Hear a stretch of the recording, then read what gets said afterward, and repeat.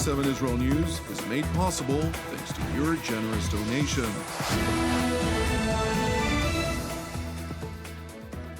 Shalom ve'erev tov, good evening. Welcome to our daily TV7 Israel News Bulletin, broadcast from Jerusalem. U.S. Senator Lindsey Graham asserts that there is no daylight between President Donald Trump and Prime Minister Benjamin Netanyahu in relation to Iran. Ayatollah Ali Khamenei threatens to sink American naval vessels, while a second round of U.S Iranian talks concludes in Geneva. And Iran's Islamic Revolutionary Guards Corps, during a naval exercise, blocks a part of the Strategic Strait of Hormuz. There is no daylight between U.S. President Donald Trump and Israeli Prime Minister Benjamin Netanyahu in all that pertains to the Islamic Republic of Iran. Following a meeting between Prime Minister Benjamin Netanyahu and U.S. Senator Lindsey Graham, who is considered to be very close to the American leader, the American lawmaker sought to reassure the people of Israel that the leaders in Washington and Jerusalem are of one mind. So, my presence here today is to reassure the Israeli people there is no light or gaps between President Trump and Bibi about what to do and how to do it. There are two lines in the water right now. One's a diplomatic line, trying to find a way to end this regime diplomatically that will advance our national security interest. The other line is the military option. I think President Trump is looking for which line can catch the biggest fish. The bottom line is we're into weeks, not months, in terms of decision making. Once the Ayatollah regime is brought down, Senator Graham ascertained the ripple effect will be felt throughout the region and beyond. To the brave people of Israel, I know you're hurt very hard, and very wide, and very deep on October the 7th. I'm here to tell you we're on the verge of eliminating the largest state sponsor of terrorism in the region. And with the fall of Iran comes the fall of Hezbollah, Hamas, the Houthis. The ripple effect is enormous. Normalization becomes far more likely. If the Ayatollah survives all this bluster, God help the region. Senator Graham also seized the opportunity to highlight the two reasons that have brought the Ayatollah regime to its weakest point since it violently seized power in the 1979 Islamic Revolution. The Iranian Ayatollah and his murderous regime are at their weakest point since 1979. Their economy is in shambles, their military has been degraded, there are people in the streets, Iranian people in the streets demanding an end to oppression. All these forces are coming together. We must meet the moment. If this regime falls in the coming weeks or months, two things will attribute to it. October the 7th. Without October the 7th, I do not believe this regime would be as weak as it is today. What happened on October the 7th was horrible. It was horrific, and it will be part of the people of Israel's history as long as they're the people of Israel. But your determination out of the ashes of October 7th to give new meaning to never again, to go on the offensive to weaken the Iranian regime and their proxies, is paying dividends.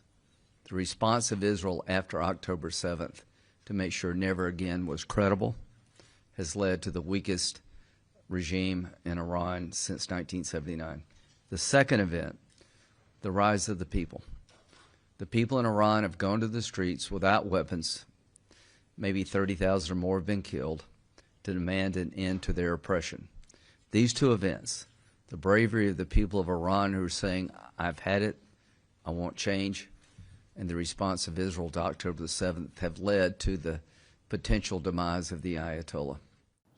The remarks by Senator Graham were made prior to the anticipated indirect talks between the United States and Islamic Republic of Iran in Geneva earlier today, in a push by President Trump's team to evaluate whether the Ayatollah regime is indeed willing to forgo on its malign behavior to include Tehran's nuclear weapons and ballistic missile programs, as well as its support for an axis of terror proxies throughout the Middle East. Ahead of the talks, U.S. Secretary of State Marco Rubio affirmed that making a deal with the Ayatollah regime is not easy. Look, doing a deal with Iran is not easy. I said it yesterday, I'll repeat it again today. I mean, we have to understand that Iran ultimately is governed, and its decisions are governed by Shia clerics, radical Shia clerics, okay? These people make policy decisions on the basis of pure theology. That's how they make their decisions. So it's hard to do a deal with Iran. We've always said it's hard, but we're going to try.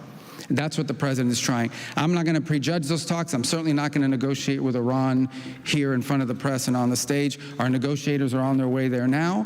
They'll have meetings. We'll see what happens. U.S. President Donald Trump also addressed the anticipated meeting last night, insisting that the Ayatollah regime wants to make a deal because they don't want to face the consequences of not making a deal. So I'll be involved in those talks indirectly, and they'll be very important. We'll see what can happen. It's been typically Iran's a very tough negotiator. They're good negotiators, or bad negotiators. I would say they're bad negotiators because we could have had a deal instead of sending the B-2s in to knock out their nuclear potential, and we had to send the B-2s. I hope they're going to be more reasonable. They want to make a deal. Have you been told that a deal is next to impossible? No, I think they want to make a deal. I don't think they want the consequences of not making a deal. They want to make a deal.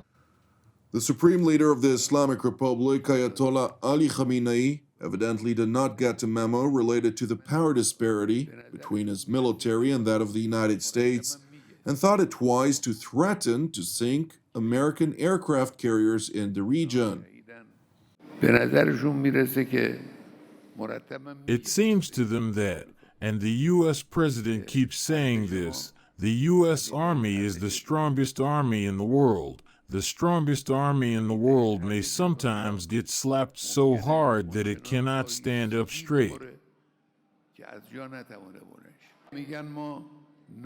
They say we sent a ship to Iran. Of course, a warship is a dangerous vessel, but even more dangerous is the weapon that can send it to the bottom of the sea. Ayatollah Khamenei continued by asserting that Iran would not accept American diktats in the negotiations, defiantly demanding that the United States succumb to Iranian demands. Must negotiations take place? There is no room for negotiations. If negotiations are to occur, it is wrong and foolish to predetermine their outcome. You say, let's discuss this issue and reach an agreement, but why would you decide the outcome in advance? Saying we must definitely reach this certain agreement, that is foolish. The remarks by Ayatollah Khamenei seemingly emboldened his supporters, who called on their supreme leader to reject negotiations and confront the United States militarily. Neither compromise nor surrender. Confrontation with the United States.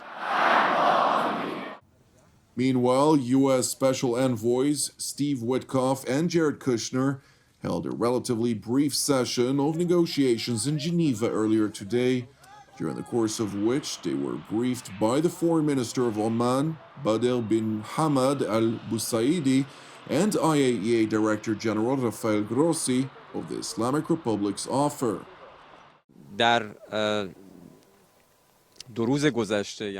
In the past 2 days, from yesterday until now, we have had several rounds of talks with both the Foreign Minister of Oman and the Director General of the International Atomic Energy Agency.